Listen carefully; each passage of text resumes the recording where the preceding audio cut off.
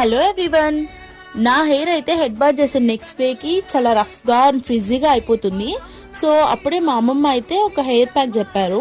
ఇదైతే మీకు కూడా చెప్తాను, ఒకసారి మీరు ట్రై చేసి చూడండి, ఖచ్చితంగా వర్కౌట్ అవుతుంది.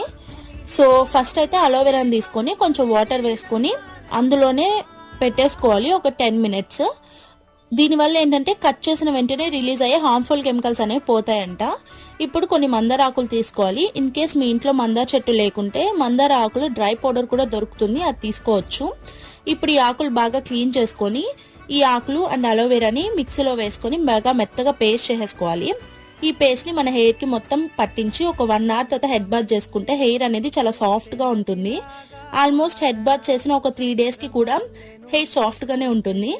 మీకు కూడా నాలానే రఫ్ అండ్ ఫ్రిజీ హెయిర్ ఉంటే తప్పకుండా ట్రై చేయండి, వర్కౌట్ అయితే అవుతుంది. అండ్ చూసి వెళ్ళిపోవడం కాదండి, మన ఛానల్ని కూడా సబ్స్క్రైబ్ చేసుకోండి.